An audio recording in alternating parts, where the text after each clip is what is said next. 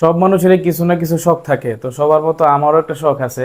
আমি মাঝে মাঝে বাঁশি বাজাই, খুব যে ভালো বাজাই তাও না, একটু আধটু বাজাই আর কি। তো আমার স্টুডিওতে বলতে গেলে আমার সংগ্রহে কোনো বাঁশি নাই, এই একটা বাঁশি আমার স্টুডিওতে ছিল। তো এই বাঁশিটা নিয়ে আমার অনেক আবেগ। বাঁশিটা যদি এখন ঘুনে খেয়ে ফেলছে, মানে বাজানো যায় না। এই বাঁশিটা নিয়ে আবেগ হইতেছে, আমি যখন স্কুল লাইফে পড়ি, তো আমি স্কুলে পড়াকালীন তখন 30 টাকা হলে 1 কেজি চাল কিনা যাইতো।